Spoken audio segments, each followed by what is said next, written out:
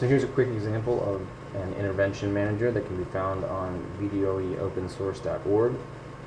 And it looks very much like the student data tracker.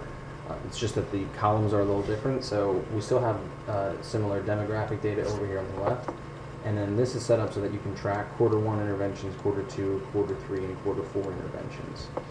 Now, this is not set up where it explains any more than simply what interventions are being used. It doesn't talk about duration or frequency of observation or the actual outcome of the intervention, but it does get your teachers thinking about what interventions they are using.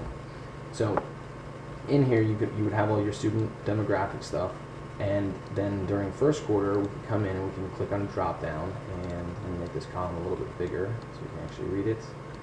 And you'll see that we could use intervention 1, intervention 2, intervention 3. To change what's there, if I click on this list tab at the bottom, I can change whatever interventions are listed here. So if I wanted to, let's say that we had read 180.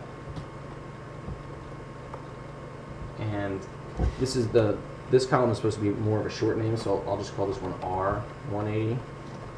And then the actual name is read 180. And then I would have a description. So student will be placed in a read 180 class. All right, so now if I go back here to my manager, and for intervention for first quarter, I can select that for the student and then go through and I can select other interventions for other kids as we're going through. And what's really nice about this is if we get enough of them in here, let me just add a couple more. Just like before, all this stuff is sortable information. So I can come here and I can say, show me the kids who are in the Read 180 class. And now I have my group of kids that I need to either take data on or just look at, or it's just a quick way to make flexible groups for my students. Again, you could always come back in here and change this if you wanted, or we can turn off the filters, and then we have all of our kids. And just like this column, the second column here updates from the same spot. So you've got your in-class interventions, your out-of-class interventions, and then your out-of-school interventions.